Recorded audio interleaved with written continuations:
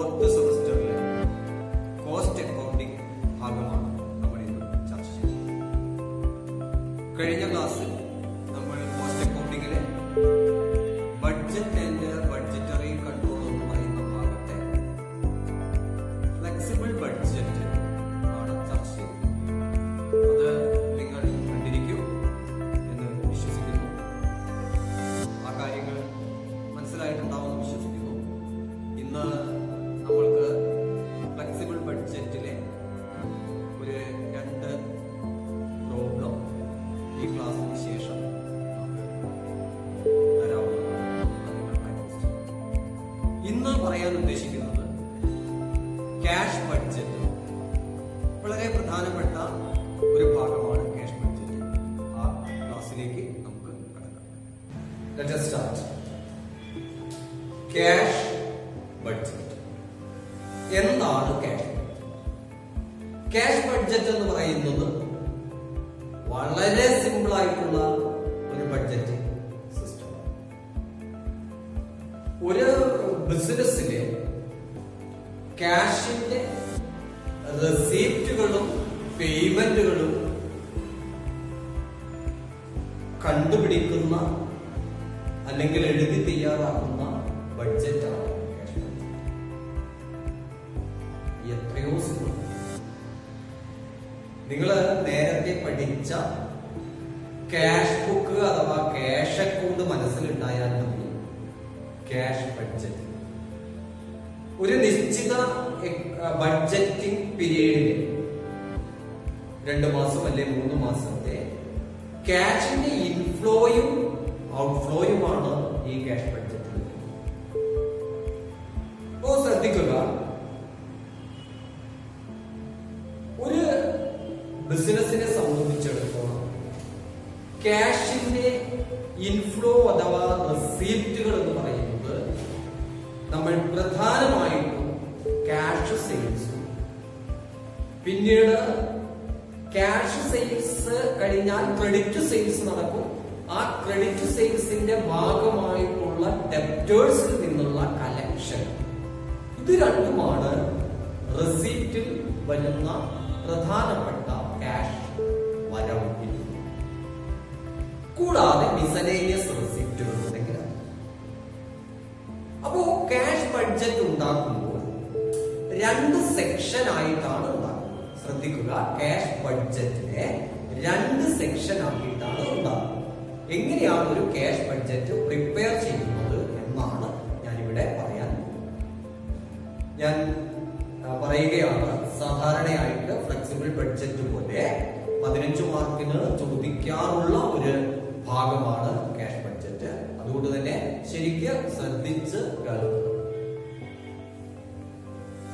Receipt എന്ന് പറയുന്ന ഒരു സെക്ഷനും പേയ്മെന്റ് അഥവാ ഡിസ്ബേഴ്സ്മെന്റ് എന്ന് പറയുന്ന രണ്ടാമത്തെ സെക്ഷൻ, അങ്ങനെ 2 സെക്ഷൻ ആയിട്ടാണ് നമ്മൾ ക്യാഷ് ബഡ്ജറ്റ് റെഡി. അതില് ഒന്നാമത്തെ സെക്ഷനിൽ നമ്മളുടെ കയ്യിൽ ബഡ്ജറ്റ് പീരീഡിൽ 1ാമത്തെ മാസം ഓപ്പണിംഗിൽ നമ്മളുടെ കയ്യിലുള്ള ക്യാഷ് എത്രയോ അത് ആദ്യം ഓപ്പണിംഗ് ക്യാഷ് ബാലൻസ്. പിന്നീട് വരുന്നത് റെസീപ്റ്റ് ആണ്. ഞാൻ പറഞ്ഞു, റെസീപ്റ്റ് എന്ന് പറയുമ്പോൾ പ്രധാനപ്പെട്ട ക്യാഷ് റെസീപ്റ്റ് സെയിൽസിലൂടെ കിട്ടുന്നതാണ്. Cash sales. രണ്ടാമത് വരുന്നത് ക്രെഡിറ്റ് സെയിൽസ് നടത്തുമ്പോൾ അങ്ങനെ നടത്തിയ ക്രെഡിറ്റ് സെയിൽസിന്റെ ഭാഗമായിട്ടുള്ള ഡെപ്റ്റേഴ്സിൽ നിന്ന് കിട്ടുന്ന കളക്ഷൻ ഫ്രം ഡെപ്റ്റേഴ്സ്. മൂന്നാമതായിട്ട് മിസലേനിയസ് റെസീപ്റ്റ് വല്ലതും ഉണ്ടെങ്കിൽ. ഇത്രയും കാര്യങ്ങളാണ് നമ്മൾ റെസീപ്റ്റ് സൈഡിൽ കാണേണ്ടത്. രണ്ടാമത്തെ സെക്ഷൻ പേയ്മെന്റ് ആണ്. പേയ്മെന്റിൽ വരുന്ന പ്രധാനപ്പെട്ട കാര്യം 1 ക്യാഷ് പർച്ചേസ് ആണ്. സാധനങ്ങൾ ക്യാഷ് കൊടുത്ത് പർച്ചേസ് ചെയ്യുമ്പോൾ ക്യാഷ്. 2 നേരത്തെ ഉണ്ടായിരുന്ന ക്രെഡിറ്റ് പർച്ചേസ്. ആ ക്രെഡിറ്റ് പർച്ചേസിന്റെ ഭാഗമായിട്ടുണ്ടായ ക്രെഡിറ്റേഴ്സിന് നമ്മൾ പണം കൊടുക്കുന്നത് പേയ്മെന്റ് ടു ക്രെഡിറ്റേഴ്സ്. 3 ബിസിനസ്സിൽ വരുന്ന എക്സ്പെൻസുകളാണ്. വേജസ് വരാം, സാലറി വരാം, അഡ്വർടൈസ്മെന്റ് വരാം, അങ്ങനെ റെന്റ് വരാം, അങ്ങനെ ബിസിനസ്സിൽ അതത് മാസം അതത് ബഡ്ജറ്റ് പീരീഡിൽ വരുന്ന എക്സ്പെൻസ് ഏതൊക്കെ ഉണ്ടെങ്കിലും ഇൻകം ടാക്സ് അഡ്വാൻസ് പേയ്മെന്റ് ഉണ്ടാവാം. ഇതൊക്കെയാണ്. പിന്നീട് വരുന്നത് ആ ബഡ്ജറ്റ് പീരീഡിലേക്ക് വല്ല ക്യാപിറ്റൽ എക്സ്പെൻഡിച്ചർ പ്ലാൻ ചെയ്തിട്ടുണ്ടെങ്കിലാണ്. ഏതാണ്? ഒരു ഫർണിച്ചർ വാങ്ങാൻ തീരുമാനിച്ചു, അല്ലെങ്കിൽ ഒരു പ്ലാൻ വാങ്ങാൻ തീരുമാനിച്ചു, അങ്ങനെ ഇതൊക്കെയാണ് പേയ്മെന്റ് സൈഡിൽ. ഓക്കെ, ആ റെസിപ്റ്റ് സൈഡിന്റെ ടോട്ടൽ, സെക്കൻഡ് പേയ്മെന്റ് സൈഡിന്റെ ടോട്ടൽ. അപ്പൊ റെസിപ്റ്റ് സൈഡിന്റെ ടോട്ടലിൽ നിന്ന് പേയ്മെന്റ് സൈഡിന്റെ ടോട്ടൽ മൈനസ് ചെയ്താൽ കിട്ടുന്നത് ആ മാസത്തെ ആ ബഡ്ജറ്റ് പീരീഡിലെ ക്ലോസിംഗ് ബാലൻസ്. അതായിരിക്കും അടുത്ത മാസത്തെ ഓപ്പണിംഗ് ബാലൻസ്. ഈ ഒരു മോഡലിലാണ് നമ്മൾ ചെയ്യുന്നത്. അത് നമുക്ക് വരച്ച് ചെയ്ത് നോക്കാം. ഒരു പ്രോബ്ലം, ഒരു ക്വസ്റ്റ്യൻ ആണ് ബോർഡിൽ എഴുതിയിരിക്കുന്നത്. ഒന്ന് ശ്രദ്ധിക്കുക. Prepare cash budget for the period of September, October, November and December. September, October, November, December 4 മാസത്തേക്കുള്ള ഒരു ബഡ്ജറ്റ്, ക്യാഷ് ബഡ്ജറ്റ് പ്രിപ്പയർ ചെയ്യാനാണ് പറഞ്ഞിരിക്കുന്നത്. അതിനാവശ്യമായ ഇൻഫർമേഷൻ ആണ് ഇവിടെ തന്നിരിക്കുന്നത്. ശ്രദ്ധിക്കുക. Months July, August, September, October, November, December. 1, 2, 3, 4, 5, 6 മാസത്തെ ഡീറ്റെയിൽ തന്നിട്ടുണ്ട്. നമുക്ക് ഉണ്ടാക്കേണ്ടത് സെപ്റ്റംബർ മുതൽ സെപ്റ്റംബർ, ഒക്ടോബർ, നവംബർ, ഡിസംബർ. അതിനു വേണ്ടിയിട്ട് അതിന്റെ മുന്നത്തെ 2 മാസത്തും കൂടി തന്നിട്ടുണ്ട്. എന്തൊക്കെയാണ് തന്നത്? ക്രെഡിറ്റ് പർച്ചേസ് തന്നിട്ടുണ്ട്, ക്രെഡിറ്റ് സെയിൽസ് തന്നിട്ടുണ്ട്, വേജസ് തന്നിട്ടുണ്ട്, സെല്ലിംഗ് എക്സ്പെൻസ് തന്നിട്ടുണ്ട്, ഓവർ ഹെഡുകൾ തന്നിട്ടുണ്ട്. ജൂലൈ മാസത്തെ ക്രെഡിറ്റ് പർച്ചേസ് 85,000 ആണ്, ക്രെഡിറ്റ് സെയിൽസ് 1,60,000 ആണ്, വേജസ് 32,000 ആണ്, സെല്ലിംഗ് എക്സ്പെൻസ് 80,000 ആണ്, ഓവർ ഹെഡ് 10,000. ഓഗസ്റ്റ് മാസത്തിൽ വന്നിട്ട് credit purchase 92,000, credit sales 1,85,000, wages 37,000, selling expense 9,500, overhead 11,500. സെപ്റ്റംബറിൽ വന്നിട്ട് credit purchase 1 lakh, credit sales 2,10,000, wages 42,000, selling expense 10,500, overheads 30,000. ഒക്ടോബറിൽ വന്നിട്ട് credit purchase 1,20,000, credit to sales 2,45,000, wages 49,000, selling expense 12,500, overhead 14,500. November വന്നിട്ട് credit to purchase 90,000, credit to sales 1,17,000, wages 35,000, selling expense 8,900, overhead 10,500. ഡിസംബറിൽ വന്നിട്ട് credit purchase 98,000, credit sales 1,82,000, wages 36,000, selling expense 9,000, overhead 11,000. ഇത്രയും figures ആണ് ഇവിടെ തന്നത്. ശേഷം അതർ ഇൻഫർമേഷൻ എന്ന് പറഞ്ഞിട്ട് ഒരു 5 പോയിന്റ് നമുക്ക് 5 പോയിന്റ് എന്തൊക്കെയാണ്? First one, cash balance on 1st September rupees 10,500. നമ്മൾ ബഡ്ജറ്റ് ഉണ്ടാക്കാൻ പോകുന്നത് സെപ്റ്റംബർ മുതൽ ഒക്ടോബർ, നവംബർ, ഡിസംബർ. ആ സെപ്റ്റംബർ മാസത്തിലെ ഓപ്പണിംഗ് ക്യാഷ് ബാലൻസ്, പ്രതീക്ഷിക്കുന്ന ഓപ്പണിംഗ് ക്യാഷ് ബാലൻസ് 10,500, 10,500. അത്രയുള്ള സെപ്റ്റംബർ ആരംഭിക്കുമ്പോൾ നമ്മളുടെ കയ്യിലുണ്ട്. Period of credit allowed to debtors 2 months. ഇത് പ്രധാനപ്പെട്ട ഒരു കാര്യമാണ്. ക്യാഷ് ബഡ്ജറ്റ് ഉണ്ടാക്കുമ്പോൾ തരുന്ന 2 സൂചനകളാണ്. ഒന്ന്, period of credit allowed to debtors. ഡെപ്റ്റേഴ്സിന് നമ്മൾ അനുവദിച്ചു കൊടുക്കുന്ന, ക്രെഡിറ്റ് അനുവദിച്ചു കൊടുക്കുന്ന പീരീഡ് 2 months എന്ന് പറഞ്ഞാൽ എന്താണ്? ഒരു ക്വസ്റ്റ്യൻ കിട്ടിയാൽ ആ ക്വസ്റ്റ്യനെ കൃത്യമായിട്ട് മനസ്സിലാക്കി കഴിഞ്ഞാൽ അത് സോൾവ് ചെയ്യാൻ വളരെ എളുപ്പമാണ്. അപ്പൊ ഇവിടെ നിങ്ങൾ ശ്രദ്ധിക്കേണ്ടത്, period of credit allowed to debtors 2 months എന്ന് പറഞ്ഞാൽ ഡെപ്റ്റേഴ്സ് ആരാ? നമ്മൾ ക്രെഡിറ്റ് സെയിൽസ് നടത്തുമ്പോൾ നമുക്ക് പണം തരാനുള്ളവരാണ് ഡെപ്റ്റേഴ്സ്. ആ ഡെപ്റ്റേഴ്സ് പിന്നീട് നമുക്ക് പണം തരും. അപ്പോ അവർക്ക് നമ്മൾ അനുവദിക്കുന്ന ക്രെഡിറ്റ് പീരീഡ് എത്രയാണ്? 2 months, 2 മാസം എന്ന് പറഞ്ഞാൽ അതിനർത്ഥം ജൂലൈ മാസത്തിൽ നമ്മളുടെ ക്രെഡിറ്റ് സെയിൽസ് 1,60,000 ആണ് ഉപയോഗിക്കുക. ഈ 1,60,000 ക്രെഡിറ്റ് സെയിൽസ് നടന്നപ്പോൾ അവരോട് പറഞ്ഞു 2 മാസത്തെ അവധി തരുന്നു. അപ്പൊ ഈ വ്യക്തികൾ നമുക്ക് പണം തരേണ്ടത് ഇതിൽ നിന്ന് 2-ാം മാസമാണ്. എന്ന് പറഞ്ഞാൽ ഈ മാസവും കഴിഞ്ഞ് ഇവിടെ എത്തുമ്പോൾ എന്ന് പറഞ്ഞാൽ ജൂലൈ കഴിഞ്ഞ് ജൂലൈയും ആഗസ്റ്റും നമുക്ക് അവർക്ക് അനുവദിച്ചു കൊടുത്തു. സെപ്റ്റംബറിൽ നമുക്ക് പണം തരണം. ഓക്കെ, അപ്പോ 2 months credit allowed to debtors 2 months എന്ന് പറഞ്ഞാൽ നിങ്ങൾ നോക്കുക, ജൂലൈയിൽ തരാനുള്ള ആള് ജൂലൈയും ആഗസ്റ്റും കഴിഞ്ഞ് സെപ്റ്റംബറിലാണ് തരുന്നത്. എന്ന് പറഞ്ഞാൽ സെപ്റ്റംബറിൽ നമുക്ക് കിട്ടുന്ന ഡെപ്റ്റ് കളക്ഷൻ തൊട്ട് മുന്നത്തെ 2 മാസം മുന്നോട്ട് പോവുക. സെപ്റ്റംബറിൽ നിന്ന് 2 മാസം മുന്നോട്ട് പോവുക. 1, 2 ഇവിടെ ക്രെഡിറ്റ് സെയിൽസ് നടന്നതിന്റെ പണമാണ് സെപ്റ്റംബറിൽ. എന്താണ് സെപ്റ്റംബറിൽ നമ്മുടെ കയ്യിൽ എത്തുന്ന കലക്ഷൻ ഫ്രം ഡെപ്റ്റേഴ്സ് ഏതാണ്? 2 മാസം ഇരുന്ന് മേലോട്ട് 2, 1, 2 ഈ മാസം നടന്നതാണ്. അങ്ങനെയാണെങ്കിൽ ഒക്ടോബറിൽ കിട്ടിയതാണ് 1, 2 ഓഗസ്റ്റിൽ നടന്ന ക്രിസ്ത്യൻസിന്റെ 1,85,000 നമ്മുടെ കയ്യിൽ എത്തുന്നു ഒക്ടോബറിൽ. അപ്പൊ നവംബറിൽ കിട്ടിയതാണ് 1, 2 സെപ്റ്റംബറിലെ 2,10,000 ആണ് നവംബറിൽ. അപ്പൊ ഡിസംബറിൽ ഏതാ കിട്ടുക? നവംബർ, ഒക്ടോബർ 2,40,000 ആണ് ഡിസംബറിൽ. ഇതാണ് ഈ പ്രോബ്ലത്തിൽ നമ്മൾ ശ്രദ്ധിക്കേണ്ട പ്രധാനപ്പെട്ട കാര്യം. മൂന്നാമത്തെ പോയിന്റ് ആയിരിക്കും പറയാനുള്ളത്. മൂന്നാമത്തെ പോയിന്റ് എന്താ?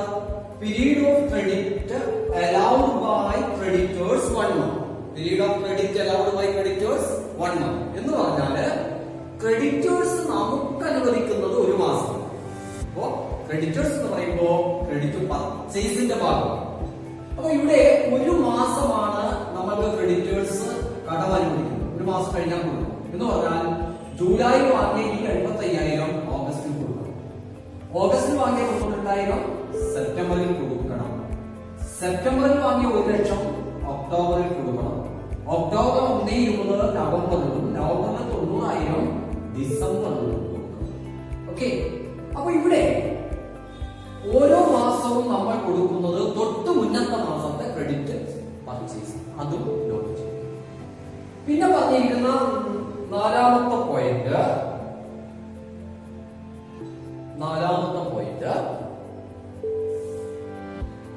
Lag in payment of expense ആണ്. ഇവിടെ പറഞ്ഞിരിക്കുന്ന എല്ലാ എക്സ്പെൻസുകളും വേജസ്, സെല്ലിംഗ് എക്സ്പെൻസ്, ഓവർഹെഡ് മൂന്നും ഉദ്ദേശിച്ചിരിക്കുന്നത് 3 എക്സ്പെൻസുകളും 1 month ലാഗ് ആണ്. 1 month ലാഗ് എന്ന് പറഞ്ഞാൽ ഈ മാസത്തെ എക്സ്പെൻസ് അടുത്ത മാസമാണ് കൊടുക്കുക. സാധാരണയായിട്ട് ഓരോ മാസവും കഴിഞ്ഞാൽ അടുത്ത മാസം ഒരു മാസത്തെ സാലറി അടുത്ത മാസം 1-ാം തീയതി 2-ാം തീയതി ആണ് കൊടുക്കുക. അതാണ് ഈ 1 month ലാഗ് എന്നതുകൊണ്ട് ഉദ്ദേശിക്കുന്നത്. അപ്പൊ ജൂലൈയിലെ വേജസ് കൊടുക്കുന്നത് ഓഗസ്റ്റിലാണ്. അപ്പൊ ഓഗസ്റ്റിൽ കൊടുക്കുന്ന നമ്മുടെ കയ്യിൽ നിന്ന് പോകുന്ന വേജസ് തുക ഏതാണ്? 32,000. അപ്പൊ അടുത്ത സെപ്റ്റംബറിൽ പോകുന്ന വേജസിന്റെ തുക ഏതാണ്? 37,000. ഈ രീതിയിൽ 1 month ലാഗ് എന്ന് പറഞ്ഞാൽ അങ്ങനെ മനസ്സിലാക്കുക. 2 month ലാഗ് എന്ന് പറഞ്ഞാലോ 2 മാസം കഴിഞ്ഞിട്ടാണ്. ഹാഫ് മന്ത് ലാഗ് എന്ന് പറയുന്നു. അങ്ങനെ ഒരു സംഗതി ഹാഫ് മന്ത് ലാഗ്. അങ്ങനെ പറയുമ്പോൾ എന്താണ്? ഈ മാസത്തെ പകുതിയും കഴിഞ്ഞ മാസത്തെ പകുതിയുമാണ് ഈ മാസം കൊടുക്കുന്നത്. ഹാഫ് മന്ത് ലാഗ് എന്ന് പറയുമ്പോൾ ആ മാസത്തിന്റെ പകുതിയും കഴിഞ്ഞ മാസത്തെ പകുതിയുമാണ് ആ മാസം കൊടുക്കുന്നത്. ഉദാഹരണത്തിന് ഓഗസ്റ്റിലെ 37,000 പകുതിയും ജൂലൈയിലെ 32,000 പകുതിയും എത്രയാണോ അത് രണ്ടും കൂടി ചേർന്ന തുകയാണ് ഓഗസ്റ്റിൽ കൊടുക്കുന്നത്. Half month lag. ഇനി അടുത്ത പോയിന്റ് എക്സ്പെക്ടഡ് ക്യാഷ് സെയിൽസ്. എല്ലാ മാസവും 15,000 രൂപ ക്യാഷ് സെയിൽസ്, ക്രെഡിറ്റ് സെയിൽസിന് പുറമെ ക്യാഷ് സെയിൽസ് ഉണ്ട്. പിന്നെ മെഷീനറി പർച്ചേസ് ഇൻ ഒക്ടോബർ 50,000. ഈ ഒക്ടോബർ മാസത്തിൽ ഒരു ക്യാപിറ്റൽ എക്സ്പെൻഡിച്ചർ ഉണ്ട് 50,000. ഒക്ടോബറിൽ 50,000. അപ്പൊ ഈ ക്വസ്റ്റ്യന്റെ അടിസ്ഥാനത്തിൽ എങ്ങനെയാണ് ഈ ക്യാഷ് ബഡ്ജറ്റ് ഉണ്ടാക്കാൻ പോകുന്നത് എന്നാണ് നമ്മൾ ഇനി ഈ വർക്കൗട്ട് ചെയ്യാൻ പോവുകയാണ്. അതുകൊണ്ട് നിങ്ങൾ ചെയ്യേണ്ടത് ഈ ക്വസ്റ്റ്യൻ ഒന്ന് എഴുതിയെടുക്കും. ഈ ക്വസ്റ്റ്യൻ എങ്ങനെയാണ് വർക്കൗട്ട് ചെയ്യുന്നത് എന്ന് നോക്കാം. 4 മാസത്തേക്കുള്ള ബഡ്ജറ്റാണ് ഉണ്ടാക്കാൻ പറഞ്ഞത്. അപ്പൊ നമ്മൾ വരയ്ക്കുന്നത് ബഡ്ജറ്റ് വരയ്ക്കുകയാണ്. പർട്ടിക്കുലേഴ്സ് കൊള്ളാം. എത്ര മാസമാണോ അത് അത്രയും മാസം. സെപ്റ്റംബർ, ഒക്ടോബർ, നവംബർ, ഡിസംബർ അത്രയും.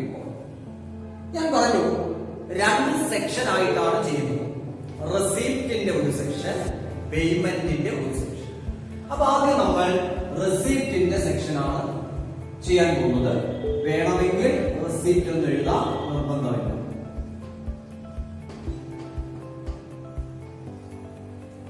ഇവിടെ നമ്മൾ റെസിപ്റ്റുമായി ബന്ധപ്പെട്ടുകൊണ്ട് ആദ്യം എഴുതേണ്ടത് ഓപ്പണിംഗ് ക്യാഷ് ബാലൻസ് ആണ്. സെപ്റ്റംബർ മാസത്തിലെ ഓപ്പണിംഗ് ക്യാഷ് ബാലൻസ് ക്വസ്റ്റ്യനിൽ പറഞ്ഞിരിക്കുന്നത് എത്രയായിരുന്നു? ഓപ്പണിംഗ് ക്യാഷ് ബാലൻസ് 10,500 എത്രയായിരുന്നു പറഞ്ഞത്? Opening cash balance. Opening cash balance expected 10,500. ആ 10,500 രൂപ നമ്മൾ സെപ്റ്റംബർ മാസത്തിൽ. അപ്പൊ നമ്മൾ കോളംസ് വരച്ചു കഴിഞ്ഞു. ഫസ്റ്റ് സെക്ഷൻ റിസീപ്റ്റില് ആദ്യം എഴുതേണ്ടത് എന്താണ്? Opening cash balance. ഇവിടെ പറഞ്ഞിരിക്കുന്നത് സെപ്റ്റംബറിൽ 10,500. പിന്നെ അവിടെ വരുന്നത് ക്യാഷ് സെയിൽസ് ആ വരേണ്ടത്. ഇവിടെ ക്യാഷ് സെയിൽസ് പറയുന്നുണ്ടോ? ക്വസ്റ്റ്യനിൽ ഉണ്ടല്ലോ. ക്യാഷ് സെയിൽസ് 15,000 രൂപയാണ് എല്ലാ മാസവും പ്രതീക്ഷിക്കുന്ന cash sales for each month 15,000. 15,000 രൂപ റെഡി. അതെ, 15,000. അപ്പൊ ആ 15,000 രൂപ നമ്മൾ എവിടെ എഴുതുന്നു? സെപ്റ്റംബറിൽ എഴുതും. അപ്പൊ നിങ്ങൾക്ക് ഓരോ മാസത്തതായിട്ട് ചെയ്തിട്ട് പോവാം.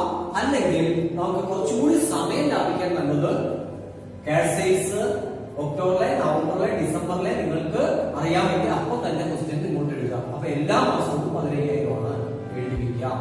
15,000.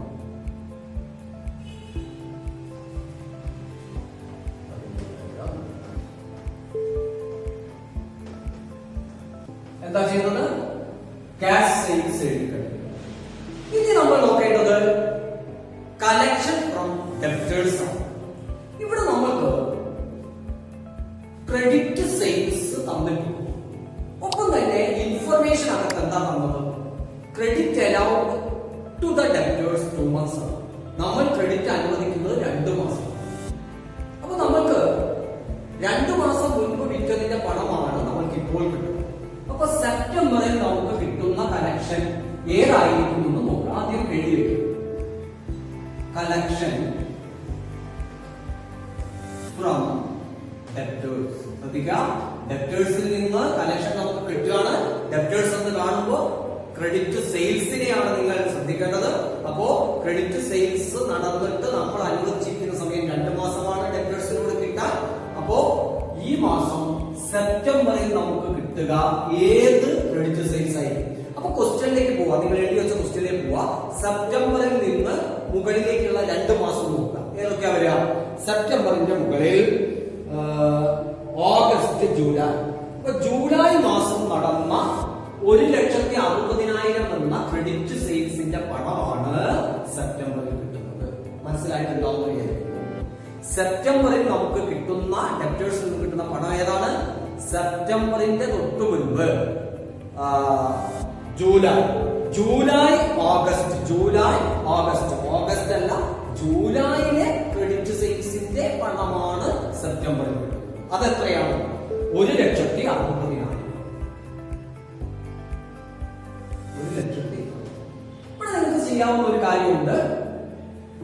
ജൂലൈയിലെ പണം സെപ്റ്റംബറിലാണ് കിട്ടുന്നതെങ്കിൽ ജൂലൈയുടെ തൊട്ടടുത്ത മാസമായ ഓഗസ്റ്റിലെ പണം ഒക്ടോബറിലാണ് കിട്ടുക.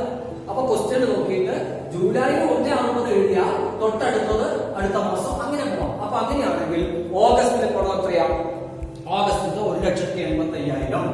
അത് കിട്ടുന്നത് എന്നാണ് ഒക്ടോബറിൽ 1,85,000. ദെൻ അടുത്തത് ഏതാണ്?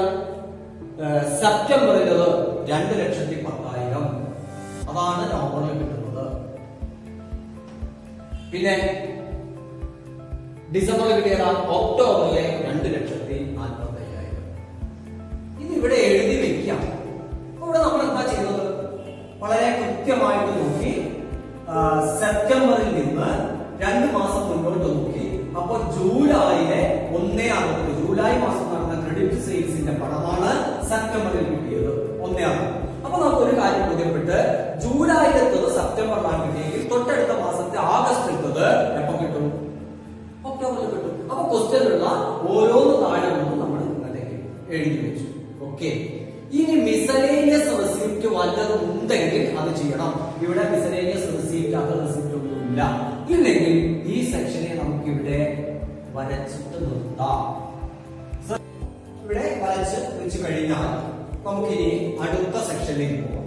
ഏതാണ് രണ്ടാമത്തെ സെക്ഷൻ? പേയ്മെന്റ്. ഇവിടെ പേയ്മെന്റ് എന്ന് എഴുതാം. പേയ്മെന്റ്. ഇവിടെ നിങ്ങൾ ശ്രദ്ധിക്കേണ്ടത് പേയ്മെന്റിൽ ആദ്യം വരേണ്ടത് ക്യാഷ് പർച്ചേസ് ഉണ്ടെങ്കിലാണ്. ഇവിടെ ക്യാഷ് പർച്ചേസിനെ പറ്റി പറഞ്ഞിട്ടില്ല. ക്വസ്റ്റ്യനില് ക്യാഷ് പർച്ചേസ് പറഞ്ഞിട്ടില്ല. പിന്നെ വരുന്നത് ക്രെഡിറ്റ് പർച്ചേസിന്റെ ഭാഗമായി നമുക്കുണ്ടായ ക്രെഡിറ്റേഴ്സിന് നമ്മൾ പണം കൊടുക്കേണ്ടത്. അതാണ് പേയ്മെന്റ് ടു ക്രെഡിറ്റേഴ്സ്. അപ്പൊ നമ്മളുടെ ക്രെഡിറ്റേഴ്സ് നമുക്ക് അനുവദിച്ചിരിക്കുന്ന ക്രെഡിറ്റ് പീരീഡ് 1 month ആണ്. അതിനർത്ഥം ഈ മാസം നമ്മൾ കടം വാങ്ങിയാൽ അടുത്ത മാസം കൊടുക്കണം. 1 മാസം. ഈ 1 മാസം നമുക്ക് അനുവദിച്ചു കൊടുക്കും. അടുത്ത മാസം പണം. അങ്ങനെയാണെങ്കിൽ സെപ്റ്റംബർ മാസം നമ്മൾ കൊടുക്കേണ്ട പേയ്മെന്റ്. അപ്പൊ ഏതാണ്? Payment to creditors. Cash purchase ഉണ്ടെങ്കിൽ അത് എഴുതണം. അതിവിടെ ഇല്ല. Next payment to creditors. അപ്പൊ ക്രെഡിറ്റേഴ്സ് കാണുമ്പോൾ ഓർക്കുക, ക്രെഡിറ്റ് പർച്ചേസിനാണ് വരിക. 1 മാസം ആണ് ക്രെഡിറ്റ് പീരീഡ്. അങ്ങനെയാണെങ്കിൽ സെപ്റ്റംബറിൽ നമ്മൾ കൊടുക്കേണ്ട പണം, സെപ്റ്റംബറിൽ ഇവിടെ നിന്ന് നമ്മൾ കൊടുക്കേണ്ടത് തൊട്ട് 1 മാസം പറയുമ്പോൾ തൊട്ട് മുന്നിലത്തെ 1 മാസത്തിൽ കൊടുക്കും. നേരത്തെ 2 മാസം പറയുമ്പോൾ നമ്മൾ എന്താ ചെയ്തത്? ഇവിടെ നിന്ന് 2 മാസം കൊടുക്കും. മുന്നിലെ 2 മാസം, രണ്ടാമത്തെ മാസം. ഇത് സെപ്റ്റംബറിൽ കൊടുത്തു. അപ്പൊ ഒക്ടോബറിൽ ഓഗസ്റ്റ് കൊടുത്തു. ദെൻ നവംബറിൽ സെപ്റ്റംബർ കൊടുത്തു. ഡിസംബറിൽ ഒക്ടോബർ. അങ്ങനെയല്ലേ? അതേപോലെ കൊടുക്കാനും കിട്ടി. അതേപോലെ കൊടുക്കുന്നത് സെപ്റ്റംബറിൽ നമ്മൾ കൊടുക്കുന്നത് 1 മാസം മുന്നേ. സെപ്റ്റംബറിൽ നിന്ന് 1 മാസം മുന്നേ 92,000. അപ്പൊ സെപ്റ്റംബറിൽ നമ്മൾ കൊടുക്കുന്നത് 92,000. അങ്ങനെയാണെങ്കിൽ ഒക്ടോബറിൽ കൊടുക്കുകയാണ്. ഇത് ഒക്ടോബറിൽ തൊട്ട് മുന്നേ 1 lakh.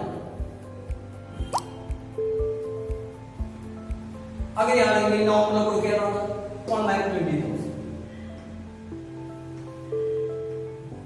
അങ്ങനെയാണെങ്കിൽ ഡിസംബറിൽ കൊടുക്കുകയാണ് 90,000. ഓക്കെ, 90. ഈ ഒരു രീതിയിൽ എല്ലാം എഴുതി വെക്കും. നമ്മളിപ്പോ ചെയ്യുമ്പോൾ തന്നെ എല്ലാ മാസവും എഴുതി വെക്കും. അടുത്ത പേയ്മെന്റ് വരുന്നത് എക്സ്പെൻസുകളാണ്.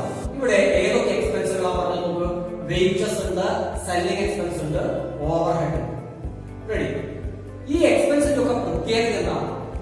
1 month ലേഖന പറഞ്ഞത് എന്ന് പറഞ്ഞാൽ ഈ പറഞ്ഞ പോലെ തന്നെ സെപ്റ്റംബറിൽ കൊടുക്കുന്ന വേജസ് തൊട്ട് മുന്നത്തെ 1 മാസം മുന്നത്തെ 1 month, 1 മാസം അപ്പൊ 1 മാസം മുന്നത്തെ 37. അപ്പൊ ഓഗസ്റ്റിലെ വേജസ് സെപ്റ്റംബറിൽ കൊടുക്കുന്നു. അപ്പൊ 30. അപ്പൊ നമ്മൾ എങ്ങനെ എഴുതും? സെപ്റ്റംബറിൽ 37, തൊട്ടടുത്ത് 42, 41, 35 ഇങ്ങനെ പോകും. ഓക്കെ, 37,000. വളരെ സിമ്പിൾ ആണ്. വേജസ് 37,000. സെപ്റ്റംബറിൽ കൊടുക്കുന്നതാണ്. സെപ്റ്റംബറിൽ കൊടുക്കുന്ന വേജസ് സെപ്റ്റംബറിൽ 42 അല്ല, 1 മാസം മുന്നത്തെ, അതായത് ഓഗസ്റ്റിലെ 37. അങ്ങനെയാണ് തൊട്ടടുത്ത് വരുന്ന 42,000. 42,000. അപ്പൊ തൊട്ടടുത്ത് വരുന്ന ഏതാണ്? ഈ മാസം വരുന്നതാണ് ഇത് 40 കൊടുക്കുന്നത്. അപ്പോ ഈ മാസം ഈ മാസം വരുന്ന 30.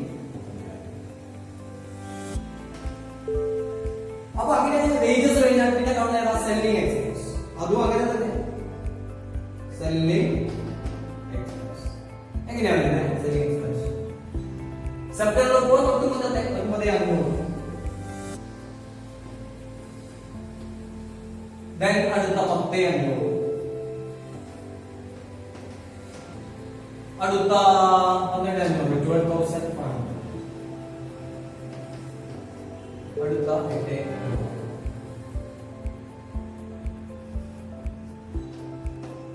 അങ്ങനെയാണ്. പിന്നെ അടുത്ത വരുന്നത് ഓവർഹെഡ്. ഓവർഹെഡുകൾ എങ്ങനെയൊക്കെയാണ് വന്നത് ക്വസ്റ്റ്യൻ നോക്കാം. ഓവർഹെഡുകൾ സെപ്റ്റംബറിൽ വരുന്നത് ഒക്ടോബറിലെ ഓഗസ്റ്റിലെ 11,500. ഓഗസ്റ്റിലെ 11,500 ഓഗസ്റ്റ് കഴിഞ്ഞ് സെപ്റ്റംബറിൽ കൊടുത്തു. ദെൻ സെപ്റ്റംബറിലെ 13,000. പിന്നെ വരുന്നത് 14,500.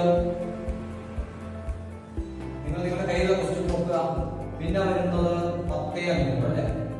10,500.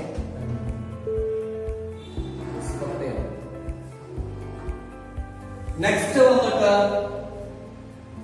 അപ്പോ ക്വസ്റ്റ്യൻ തന്നിരിക്കുന്ന എക്സ്പെൻസുകൾ ഇനി അഡീഷണൽ ഇൻഫർമേഷൻ പ്രകാരമുള്ള ഒരു ഐറ്റം ഉണ്ട്. അതെന്താണ്? എന്തോ ഒരു ഐറ്റം വാങ്ങുന്നുണ്ട്. എന്തായാലും മെഷീനാണ്. 50,000 രൂപയ്ക്ക് മെഷീനറി വാങ്ങുന്നുണ്ട്.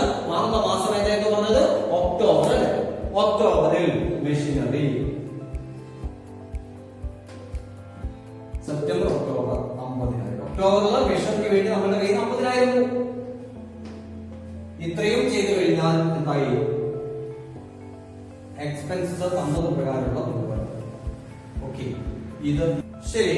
ഇനി ഇത് നമുക്ക് ടോട്ടൽ ചെയ്ത് ഫിനിഷ് ചെയ്യും. എങ്ങനെയാണ്? സെപ്റ്റംബർ മാസത്തിലെ എമൗണ്ട് ടോട്ടൽ ചെയ്യും. റെസിപ്റ്റിൽ 1,85,500. ഓക്കെ, ഇത് മൂന്നും ചേർന്നത് ഇത്രയും തുക നമ്മളുടെ കയ്യിൽ വന്നു. പോയത് എത്രയാണ്? ഇത് ടോട്ടൽ ചെയ്ത് കഴിഞ്ഞാൽ 1,50,000. അപ്പൊ നമ്മുടെ കയ്യിൽ എത്തിയ തുക റെസിപ്റ്റ് 1,85,500. അതിൽ നിന്ന് നമ്മുടെ കയ്യിൽ നിന്ന് പോയ തുക 1,50,000.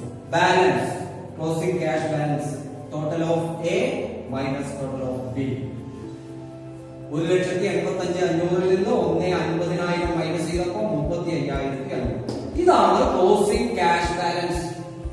സെപ്റ്റംബറിലെ ക്ലോസിംഗ് ക്യാഷ് ബാലൻസ് കണ്ടതിന് ശേഷം അതെടുത്ത് ഒക്ടോബർ ഓപ്പണിംഗ് ബാലൻസ് എടുക്കുക. ശ്രദ്ധിക്കേണ്ട കാര്യം, ഈ ഓരോന്നും ബാലൻസ് ചെയ്ത് കഴിഞ്ഞിട്ടേ അടുത്തതിലേക്ക് കടക്കാവൂ. അപ്പൊ ഈ ബാലൻസ് കിട്ടണം. ഇത് ചെയ്യണമെങ്കിൽ ഈ 35,500 ഇങ്ങോട്ടേക്ക് എടുക്കുക. 35,000 ടോട്ടൽ ചെയ്യുന്നു. 0, 0, 1, 3, 2,35,500.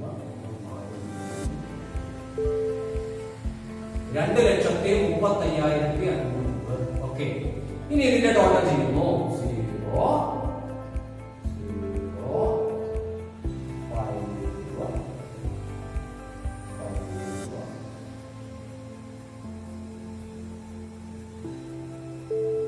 2,15,500.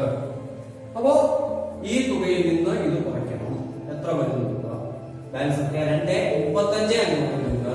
2,15,500 മൈനസ് ചെയ്താൽ ബാലൻസ് 20,000.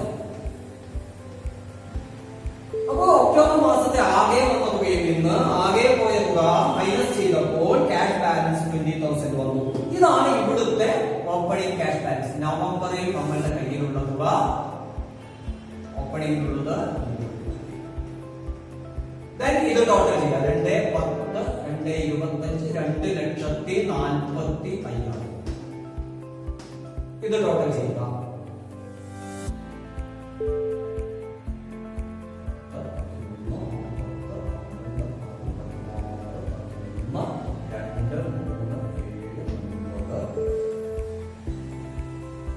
ഒരു 1,96,000. അപ്പൊ ബാക്കി എത്ര? 2,45 നിന്ന് 1,96,000 മൈനസ് ചെയ്തു. 1,245 പോയ 1,96, ബാക്കി വരുന്നത് 49,000. ഇതാണ് നവംബറിലെ ക്ലോസിംഗ് ക്യാഷ് ബാലൻസ്. ഇത് ഡിസംബറിൽ ഓപ്പണിംഗ് ബാലൻസ് ആയിട്ട് എഴുതും. Then ടോട്ടൽ ചെയ്യും.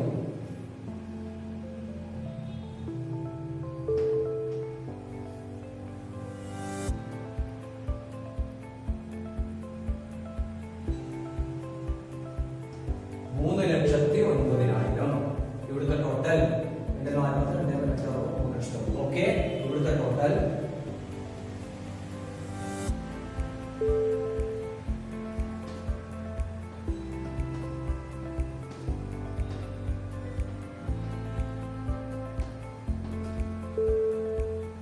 $1,44,004.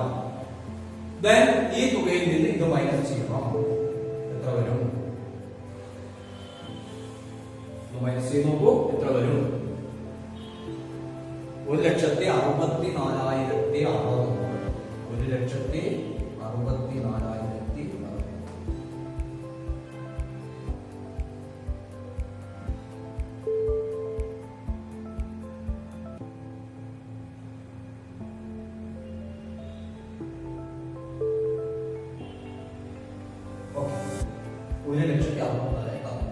ഇതാണ് ഈ 3-4 മാസത്തേക്കുള്ള ക്യാഷ് ബഡ്ജറ്റ്.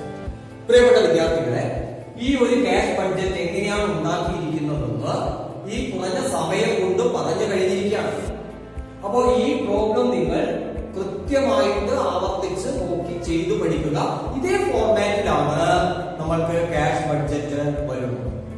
അപ്പോ ബഡ്ജറ്റ് ആൻഡ് ബഡ്ജറ്ററി കൺട്രോളിലെ ക്യാഷ് ബഡ്ജറ്റ് എന്ന ഭാഗം ഇവിടെ അവസാനിച്ചിരിക്കുന്നു. ഈ ക്ലാസ് നിങ്ങൾ കൃത്യമായിട്ട് ഫോളോ ചെയ്യുക. ക്ലാസ് നിങ്ങൾക്ക് ഇഷ്ടപ്പെടുന്നു എങ്കിൽ ഈ ചാനൽ സബ്സ്ക്രൈബ് ചെയ്യാൻ മറക്കരുത്. നിങ്ങൾ സബ്സ്ക്രൈബ് ചെയ്താൽ ഇനി അടുത്ത സമയത്ത് വരുന്ന ക്ലാസ്സുകൾ ഉടനടി തന്നെ നിങ്ങൾ